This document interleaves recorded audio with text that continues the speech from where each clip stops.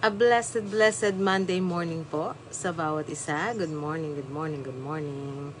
Ayan, tayo po ay dadako ulit sa ating morning devotion. Kumusta po ang inyong weekends? Ayan, I hope na ang lahat ay patuloy na na-blessed, no, sa kanilang pag-attend ng Sunday service. And I pray na ang bawat isa ay maayos din sa kanilang kalagayan sa mga oras na ito. Ayan, kahit parang no, dapat summer na ngayon. Dito sa amin ay makulimlim. Maya-maya umaambon. Ayan. Maya-maya ay ano bang tawag doon? Aaraw naman, no? So parang nalilito yung panahon. Ayan. So bago tayo magsimula, katulad ng dati, tayo po ay yumuko at manalangin.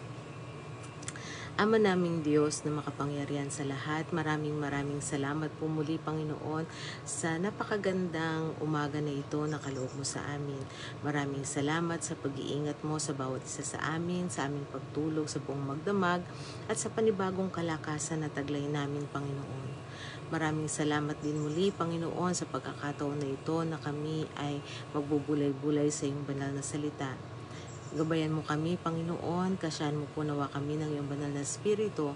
Buksan mo ang aming puso't isipan at tulungan mo, Panginoon, na patuloy naming matanggap ang iyong mga salita ng may kalinawan at karunungan at patuloy itong maisapamuhay namin, Panginoon. Ang iyong lingkod na siyang gagamitin mo rin, Panginoon, sa umagang ito. Kasyahan mo rin po ako ng iyong banal na Espiritu, Panginoon, at tulungan mo po ako sa pagbabahagi ng iyong banal na salita upang patuloy kong masabi kung ano ang nais mo, Panginoon. Dinadalangin ko rin, Panginoon, na patuloy mong ingatan ang lahat ng mga mahal namin sa buhay na hindi namin kapiling sa mga oras na ito. Gabayan mo sila, Panginoon, ingatan at tulungan na nawa sa susunod na pagkakataon ay makasama din namin sila sa ganitong gawain. At Ama, haplusin mo rin ang may mga karamdaman, Panginoon, mga kapatiran at mga mahal namin sa buhay, Panginoon, na may mga iniindang sakit. Ikaw po nawa, Panginoon, ang humaplos sa kanila at tumulong, Panginoon, na ito ay kanilang mapagtagumpayan, ito ay gumaling at patuloy silang makapaglingkod sa iyo, Panginoon, ng masigla ang pangangatawan. At gayon din, Ama, patuloy din namin dinadalangin ng mga kapatiran na may mga pinagdadaanan sa buhay, Panginoon, may mga suliranin. Ikaw rin po ang magbigay katagumpayan sa mga suliranin ito na kanilang hinaharap, Panginoon. At Ama, muli, linisin mo po nawa ang aming puso't isipan at patawarin mo po kami, Panginoon, sa mga nagagawa naming kasalanan, ito man po ay lihim o hayag. At ang lahat ng ito ay dalangin namin sa matamis na pangalan ni Jesus. Amen. A blessed, blessed morning po ulit sa bawat isa. Good morning kay Ate Rose. Ayan. At sa lahat ng kasama mo ngayon sa iyong tahanan. A blessed morning. Ayan. Sa umagang ito, ang title ng ating morning devotion ay The Whatevers. Ayan. Alam mo, expression to eh. Whatever. Yan yung mga expression ng mga ano noon eh, no? Kapanahunan ko yata ito. Ayan. Pero ang ating teksto na pagbabatayan sa ating morning devotion ay matatagpuan natin sa aklat ng Philippians chapter 4 verse 1 to 9. Ayan. Philippians chapter 4 verse 1 to 9 at ito po yung sinasabi sa English. Therefore, my brothers and sisters, you whom I love and long for, my joy and crown, stand firm in the Lord in this way, dear friends. I plead with Euodia and I plead with Syntyche to be of the same mind in the Lord. Yes, and I asked you, my true companion, help this woman since they have contended at my side in the cause of the gospel, along with Clement and the rest of the co-workers whose names are in the book of life. Yan. Rejoice in the Lord always. I will say it again, rejoice.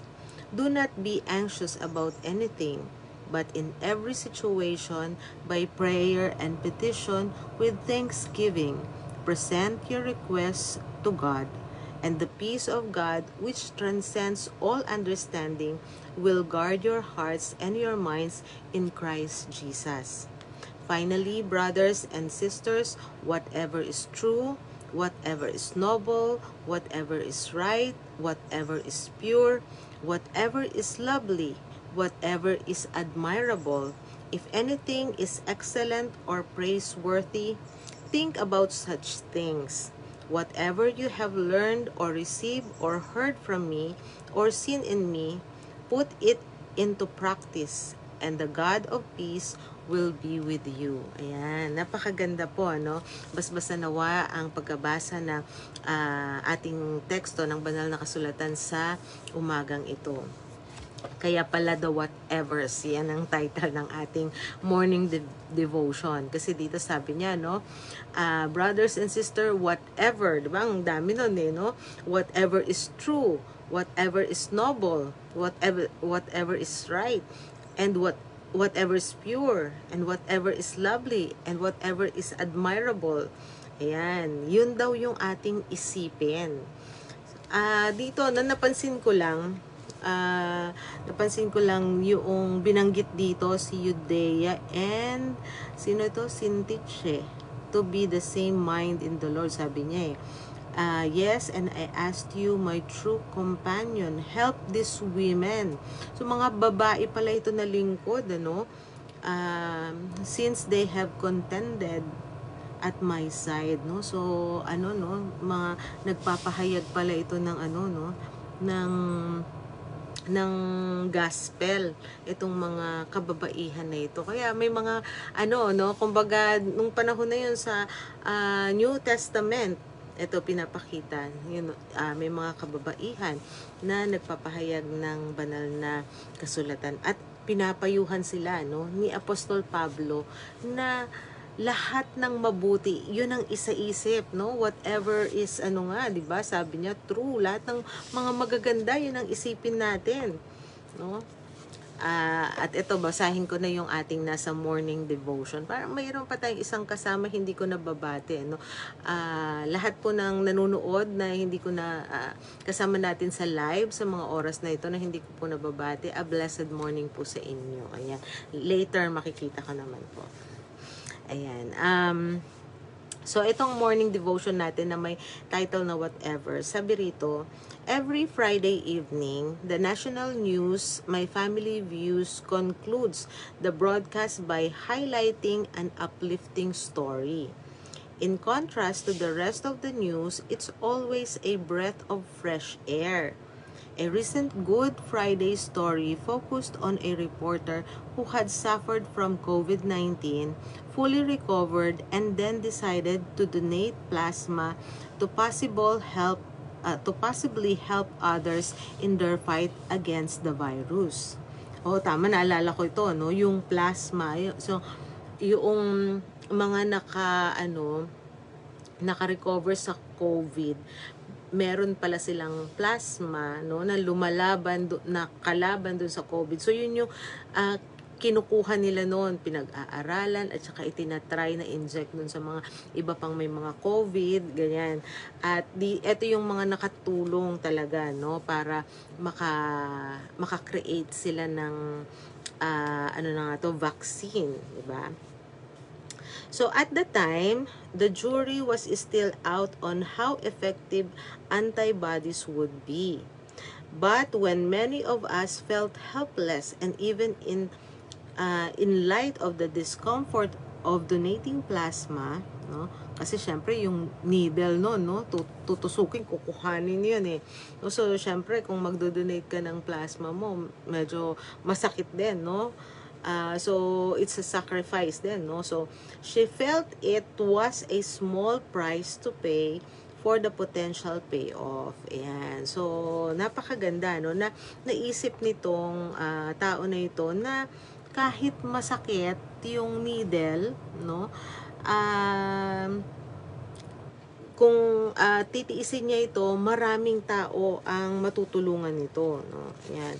So after that Friday broadcast, my family and I felt encouraged. Yan. There I say hope-filled, no? That's the power of the whatever Paul's described in Philippians 4. Whatever is true, whatever is noble, whatever is right, whatever is pure, whatever is lovely, whatever is admirable. Did Paul have in mind plasma donation? Siyempre hindi, no? Of course not. But did he have in mind sacrificial actions on behalf of someone in need? In other words, Christ-like behavior?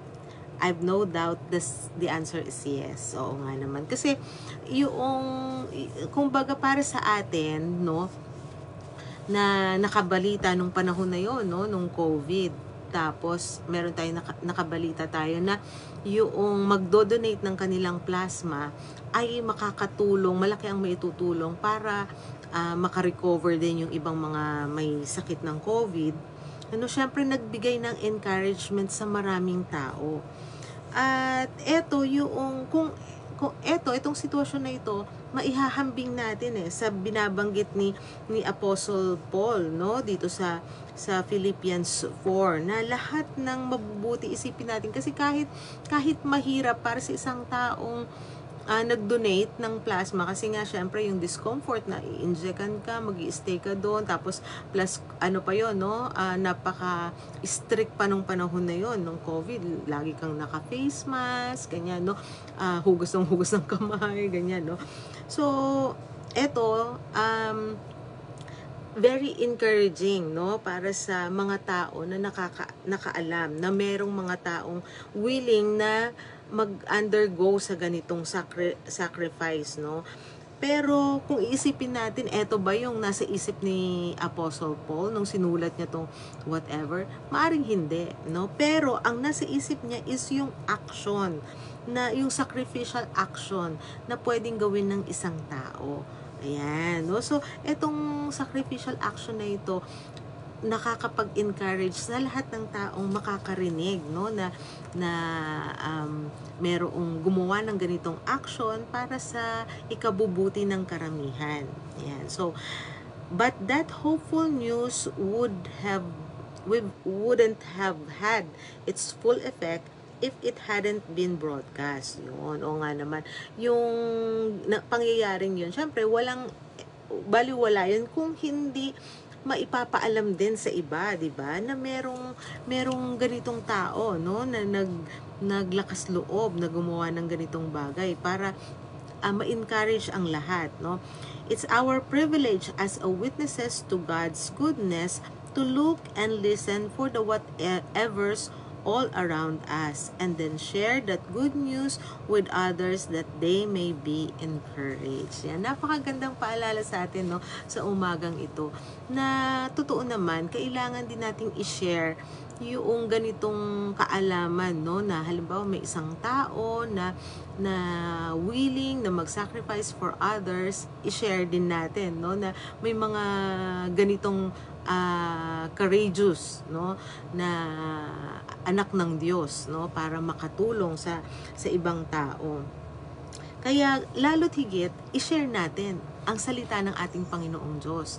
Ayan, para mas maraming ma-encourage, no, kaya nga nung nabasa ko dun sa umpisa rito, no, yung si Judea and Syntyche ay ano pala, no, mga babaeng lingkod ng Diyos na nagpapahayag, no, nakaka-encourage din, di ba? Kasi parang minsan iisipin mo na halos konti lang, no, lalo na dati, no, konti lang yung mga kababaihan na naririnig ko na may lakas ng loob na magpahayag. Pero ngayon, marami na din, no, marami na. At lalong nakaka-encourage na mabasa ko pa to, no, na nung panahon din ni Apostle Paul na humihingi siya na tulungan natin, suportahan natin itong mga babae na ito na nagpapahayag, no, ng salita ng Panginoon. Ayan. So, napakagandang paalala sa atin sa bawat isa. And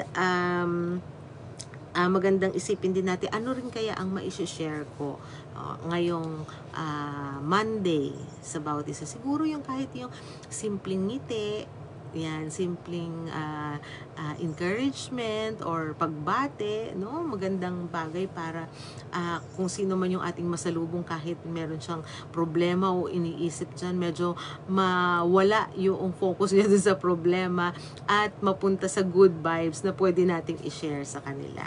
Ayan, so muli, a blessed morning po. Bago tayo magtapos, tayo ay yumuko at manalangin. Ama naming Diyos na makapangyarihan sa lahat, maraming salamat po muli sa mga salita mo na aming narinig sa umagang ito, na kalakasan ng aming pananampalataya at patuloy na liwanag sa aming mga buhay. Tulungan mo, Panginoon, na maibahagi namin ang kasiyahan na ito mula sa iyong mga salita, ang kalakasan na ito, Panginoon, na nagmumula sa iyo, naway maibahagi din namin sa lahat ng taong nakakasalamuhan namin, Panginoon, at sa lahat ng tao na dinadala mo sa amin, Panginoon. Dinadalangin din namin, Panginoon, na lagi mong gawing handa ang aming puso para makapagpadama ng pag-ibig sa aming kapwa. Ikaw po nawa ang manguna sa lahat ng aming gagawin sa buong maghapon na ito, Panginoon, at nawa patuloy mo kaming gawing karapat-dapat sa napakadami mong biyaya at pagpapala sa amin. Muli, ang lahat ng ito'y dalangin namin sa matamis na pangalan ni Jesus. Amen. So, a blessed morning po sa bawat isa, and see you later sa ating evening devotion sa pangunguna pa rin ni Sister Joanna. Ayan, so mapalad tayo, no, na very much committed si Sister Joanna dito sa pag-lead sa atin sa ating evening devotion. So, muli, see you later. God bless.